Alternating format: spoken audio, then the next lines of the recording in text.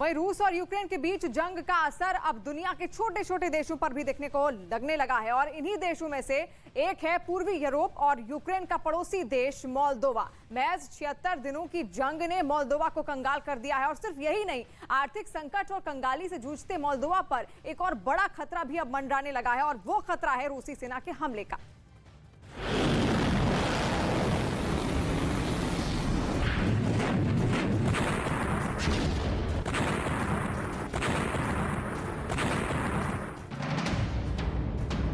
रूस यूक्रेन जंग का 75वां दिन।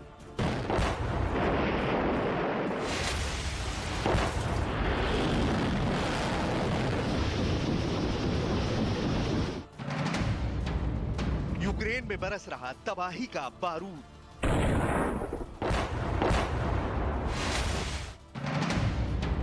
दुनिया में दिख रहा जंग का असर।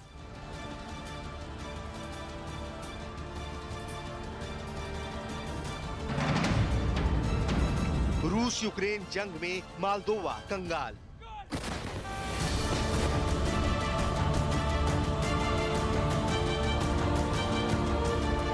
रूस और यूक्रेन के बीच जारी जंग को 75 दिन हो चुके हैं, लेकिन यूक्रेन में बरसते रूसी बारूद के थम उनके टैंकों को जब्त कर लिया, जिन्हें अब वो रूस के खिलाफ ही इस्तेमाल कर रही है। रूस के खिलाफ जंग में अमेरिका यूक्रेन को लेजर गाइडेड रॉकेट से लैस करेगा, जिसके बाद पुतिन की सेना की टेंशन बहुत ज्यादा बढ़ सकती है, क्योंकि अमेरिका के ये लेजर गाइडेड रॉकेट जंग के मैदान में दुश्मन के टैंकों और बख्तरबंद गाड़ियों का काल माने जाते हैं।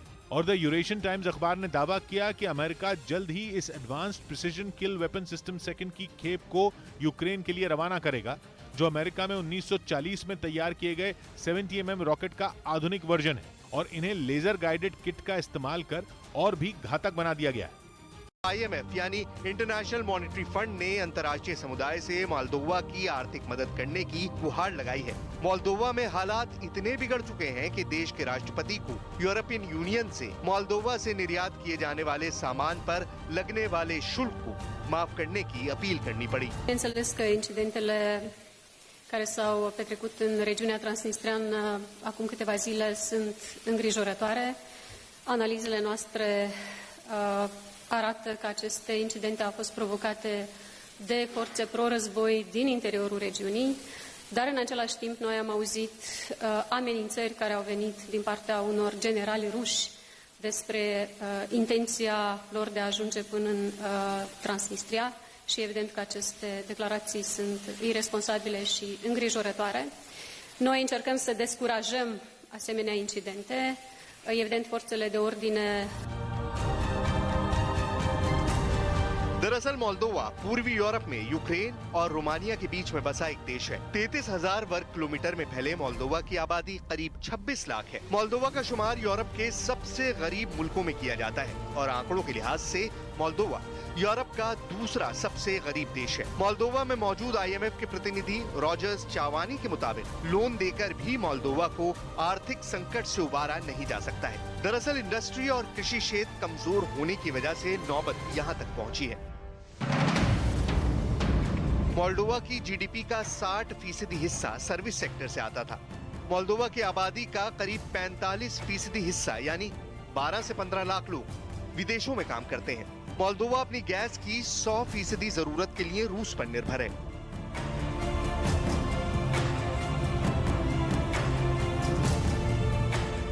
ऐसे हालात में रूस और यूक्रेन के बीच जारी जंग ने पहले से ही आर्थिक रूप से कमजोर देश मोल्दोवा की मुसीबतों में इजाफा कर दिया है और इसकी सबसे बड़ी वजह है मोल्दोवा में यूक्रेन से भागकर आने वाले शरणार्थी। मोल्दोवा में इस वक्त करीब 90,000 यूक्रेनी शरणार्थी मौजूद हैं। दरअसल रूस और यूक्रेन के बीच शुरू हुई जंग के पहले ही दिन से मोल्दोवा यूक्रेन की मदद कर रहा है। इतना ही नहीं, मोल्दोवा की सरकार ने यूरोप का दूसरा सबसे गरीब देश होने के बावजूद यूक्रेन के हजारों नागरिकों को अपने यहाँ शरण दी हुई है और शायद इसी बात से रूस के राष्ट्रपति व्लादिमीर पुतिन नाराज चल रहे हैं। बावजूद इसके मोल्दोवा सरकार ने यूक्रेन को हर मुमकिन मदद देने का ऐलान कर रखा है। Ajunge până în Transnistria și evident că aceste declarații sunt irresponsabile și îngrijorătoare. Noi încercăm să descurajăm asemenea incidente. Evident, forțele de ordine își fac lucru pe malul drept, nu pot să ajungă pe malul stâng, dar chiar și așa încercăm să facem tot ce putem pentru a descuraja asemenea incidente și intenții de destabilizare.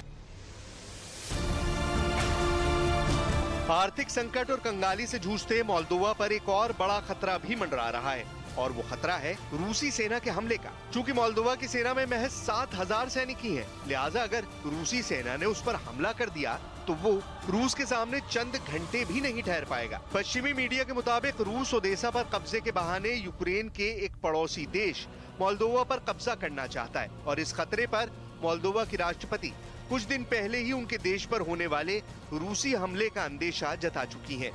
Mulțumesc, bineînțeles că incidentele care s-au petrecut în regiunea Transnistrean acum câteva zile sunt îngrijorătoare.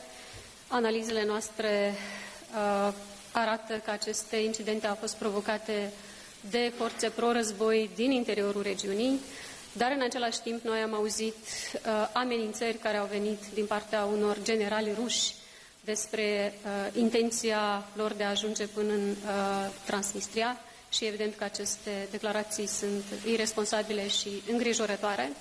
Noi încercăm să descurajăm asemenea incidente. Evident, forțele de ordine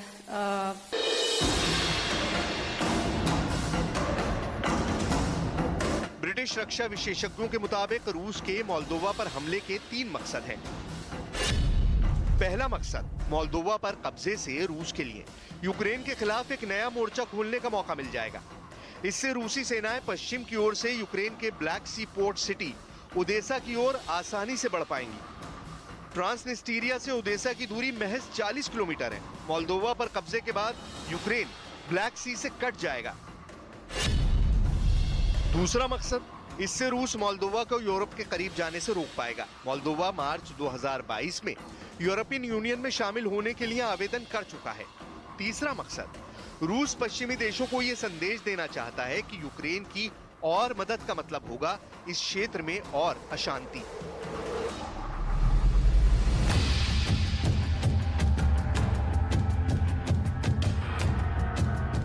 हालांकि European union ने Moldova को रूस के खिलाफ हर मुमकिन मदद का भरोसा दिया हुआ है, लेकिन यह भी एक सच है कि अगर रूसी सेना ने मोल्दोवा पर हमला कर दिया तो वो महज कुछ ही घंटों में रूस के कब्जे में आ जाएगा।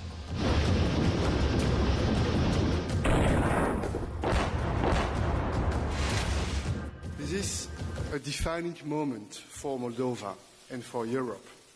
Russia's war against Ukraine has caused senseless suffering and pain, and the consequences do not stop at the Ukrainian borders.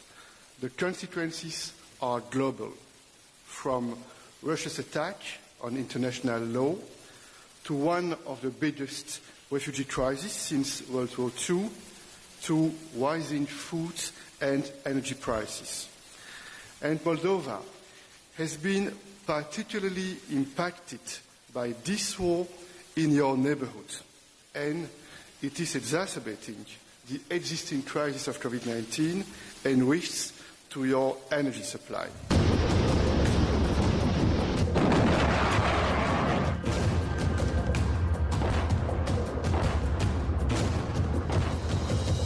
दरअसल यूरोपियन यूनियन को शक है कि रूस पूर्वी यूरोप में अपना वर्चस्व बढ़ाने के इरादे से मोल्दोवा से अलग हुए एक छोटे से इलाके ट्रांसनिस्टीरिया को रूसी गणराज्य में शामिल कर सकता है। ट्रांसनिस्टीरिया मोल्दोवा से लगा एक छोटा सा इलाका है जहां रूस को सपोर्ट करने वाली सरकार है। माना जा रहा है कि रूस यूक्रेन से लेकर ट्रांसनिस्टीरिया के बीच एक कॉरिडोर बनाना चाहता है, जिससे उसके लिए यूक्रेन और मोल्दोवा दोनों पर हमला करना आसान हो जाएगा।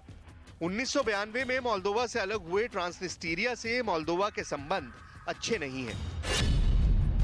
ट्रांसनिस्टीरिया यूक्रेन और मोल्दोवा के बीच 4000 वर्ग किलोमीटर में फैला हुआ है। ट्रांसनिस्टीरिया 1992 में मोल्दोवा से अलग हुआ था। ट्रांसनिस्टीरिया में रूस समर्थित अलगाववादियों की सरकार है। ट्रांसनिस्टीरिया को बतौर एक मुल्क किसी भी देश ने मान्यता नहीं दी है। ट्रांसनिस्टीरिया की आबादी महज 4,70,000 है।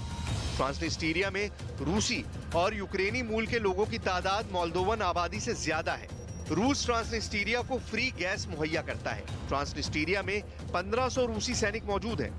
ट्रांसनिस्ट्रिया के कोबासन इलाके में रूस का 20,000 टन विस्फोटक रखा है। कोबासन पूर्वी यूरोप में सबसे बड़ा विस्फोटकों का भंडार है।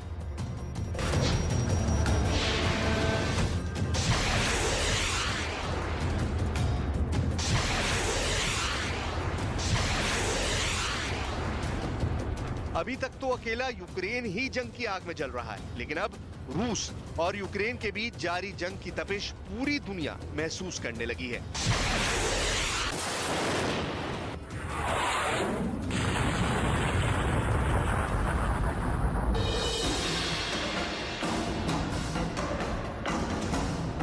ब्रिटिश रक्षा विशेषज्ञों के मुताबिक रूस के मोल्दोवा पर हमले के 3 मकसद हैं। पहला मकसद मोल्दोवा पर कब्जे से रूस के लिए यूक्रेन के खिलाफ एक नया मोर्चा खोलने का मौका मिल जाएगा। इससे रूसी सेनाएं पश्चिम की ओर से यूक्रेन के ब्लैक सी पोर्ट सिटी ओदेसा की ओर आसानी से बढ़ पाएंगी। ट्रांसनिस्ट्रिया से ओदेसा की दूरी महज 40 किलोमीटर है। मोल्दोवा पर कब्जे के बाद यूक्रेन ब्लैक सी से कट जाएगा। दूसरा मकसद, इससे रूस मोल्दोवा को यूरोप के करीब जाने से रोक पाएगा। मोल्दोवा मार्च 2022 में यूरोपियन यूनियन में शामिल होने के लिए आवेदन कर चुका है। तीसरा मकसद, रूस पश्चिमी देशों को यह संदेश देना चाहता है कि यूक्रेन की और मदद का मतलब होगा इस क्षेत्र में और अशांति।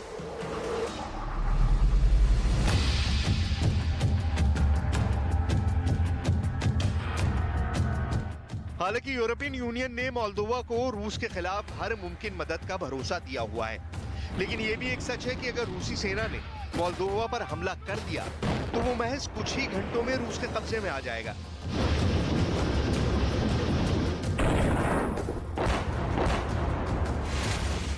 This is a defining moment for Moldova and for Europe. Russia's war against Ukraine has caused senseless suffering and pain, and the consequences do not stop at the Ukrainian borders. The consequences are global, from Russia's attack on international law to one of the biggest refugee crises since World War II, to rising food and energy prices. And Moldova has been particularly impacted by this war in your neighborhood, and it is exacerbating the existing crisis of COVID-19 and risks to your energy supply.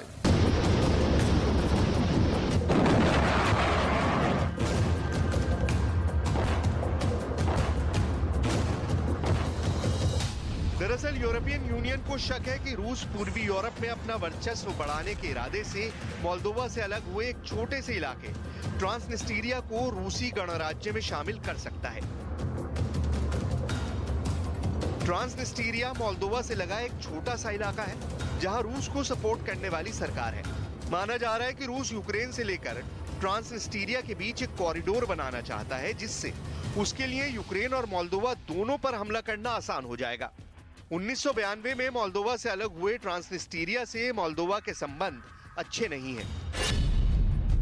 Transnistria Ukraine और Moldova के बीच 4000 वर्ग kilometre में फैला हुआ है। Transnistria 1992 में Moldova से अलग हुआ था। ट्रांसनिस्ट्रिया में रूस समर्थित अलगाववादियों की सरकार है। ट्रांसनिस्ट्रिया को बतौर एक मुल्क किसी भी देश ने मान्यता नहीं दी है। ट्रांसनिस्ट्रिया की आबादी महज 4,70,000 है। ट्रांसनिस्ट्रिया में रूसी और यूक्रेनी मूल के लोगों की तादाद मोल्दोवन आबादी से ज्यादा है। रूस ट्रांसनिस्ट्रिया को फ्री गैस मुहैया करता है। ट्रांसनिस्ट्रिया में 1500 रूसी सैनिक मौजूद हैं। ट्रांसनिस्ट्रिया के कोबासन इलाके में रूस का 20,000 टन विस्फोटक रखा है। कोबासन पूर्वी यूरोप में सबसे बड़ा विस्फोटकों का भंडार है।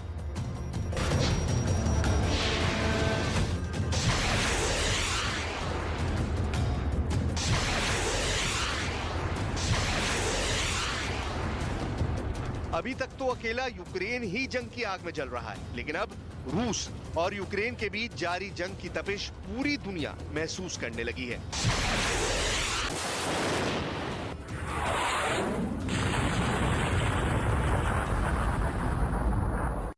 रूस यूक्रेन युद्ध के बीच ट्रांसनिस्ट्रिया में धमाकों के बाद अब यूक्रेन के पड़ोसी देश मोल्दोवा पर भी रूसी हमले के बादल मंडरा रहे हैं और कयास लगाए जा रहे हैं कि अब रूस मोल्दोवा पर भी हमला कर सकता है। मोल्दोवा यूक्रेन की पश्चिमी सीमा से लगा हुआ देश है और मोल्दोवा करीब 34,000 वर्ग किलोमीटर में फैला हुआ है। मोल्दोवा की सेना भी सीमित है, उसके पास केवल 7,000 सैनिक है और अगर रूस इस पर कब्जा कर लेता है तो यूक्रेन के ओदेसा पर कब्जा करना आसान हो जाएगा। जैसे ही रूस ओदेसा पर कब्जा करेगा वैसे ही यूक्रेन काला सागर से पूर्ण रूप से कट जाएगा और साथ ही मोल्दोवा पर हमला कर रूस उसे यूरोप के करीब जाने से भी रोक सकेगा। रूस मोल्दोवा पर हमला कर पश्चिमी देशों को यह संदेश भी देगा कि अगर उन्होंने यूक्रेन की मदद की तो इस तरह क्षेत्र में और ज्यादा अशांति फैलेगी। और इसी के साथ महायुद्ध में रूस के हमलों में यूक्रेन के कई इलाके तबाह भी हो गए हैं। वहां पर इरपिन के पास एक ऐसे ही इलाके में न्यूज 18 की टीम पहुंची। इरपिन के पास एक पेट्रोल पंप रूसी हमले में पूरी तरह से तबाह हो गया है। इरपिन के पास ताजा हालात का न्यूज 18 रिपोर्टर जसप्रीत कौर ने जायजा लिया। यहाँ पर सब कुछ बर्बाद हो चुका है। ये मशीन तबाह हो चुकी है। जो यहाँ पर कितना पेट्रोल भरा जाता है ये यहाँ पर डिस्प्ले होता था, ये मशीन खराब हो चुकी है और कांच के टुकड़े यहाँ पर जगह जगह नजर आ रहे हैं। तबाही की एक नहीं ऐसी कई सारी तस्वीरें हैं। ये यहाँ पर पिक एंड गो स्टोर था, ये भी पूरी तरीके से बर्बाद हो चुका है। हर तरफ सिर्फ और सिर्फ मलबा है। ये रूसी सेना का तांडव था। आप देखिए यहाँ पर ये शैम्पू वगैरह रखे जाते थे, चॉकलेट्स रखी जाती थी जो आगे डिस्प्ले में होता है। ये यहाँ पर राख टंगा हुआ है। इसके अलावा ये बिलिंग मशीन ये ऐसी ही बिखरी हुई पड़ी है। बहुत सारा सामान जो स्ट्रक्चर है वो पूरी तरीके से नीचे आ चुका है। ये तस्वीरें चौंकाने वाली हैं। अलग अलग इलाकों में इस तरह की तस्वीरें नजर आएंगी। आप समझिए कि यहाँ से इस तरफ इरपिन है, इस तरफ मोशून है और तीसरी तरफ गोस्तुमल है। तो तीनों तरफ से हमला हो रहा था। यहाँ पर ये जो खेत है इधर से रूसी सेना हमला कर रही थी, जवाबी कार्रवाई भी यूक्रेन की तरफ से की जा रही थी।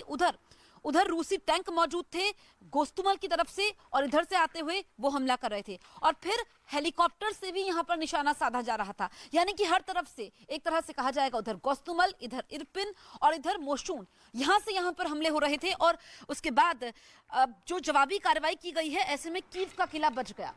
कीव में अभी तक ज्यादा नुकसान नहीं पहुंचा है और आगे आप देखिए ये जो कार वॉश होती थी यहाँ पर भी काफी ज्यादा नुकसान पहुंचा है। ये बिखरा हुआ सामान और यहाँ से अभी तक मलबे को हटाया नहीं गया है क्योंकि कई ऐसे इलाके हैं जहाँ पर दोबारा से जिंदगी को पटरी पर लाना, दोबारा से चीजों को शुरू करना बहुत मुश्किल है। काफी समय लगेगा। एक तो फंड्स की जरूरत है, उसके अलावा जीरो से शुरू करना ये किसी के लिए भी आसान नहीं होता है, बहुत मुश्किल होता है और वो भी तब जब युद्ध चल रहा है।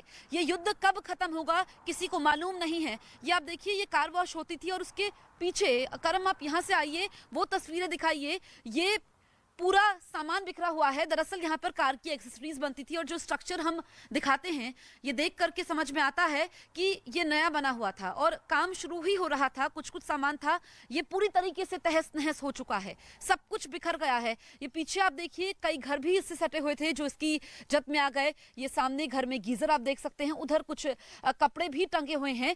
तो यहाँ पर लोगों के आशियाने उजड़े, न सिर्फ लोगों के आशियाने उजड़े बल्कि उनका सब कुछ उजड़ गया। उनके अपने उनसे दूर हो गए, उनकी बसी बसाई जिंदगी वीरान हो गई और अब उनको समझ में नहीं आता है कि वो जाएं तो जाएं कहां, करें तो करें क्या। कैमरा पर्सन करम सिंह के साथ Jaspreet Kaur, Ukraine, news 18 India.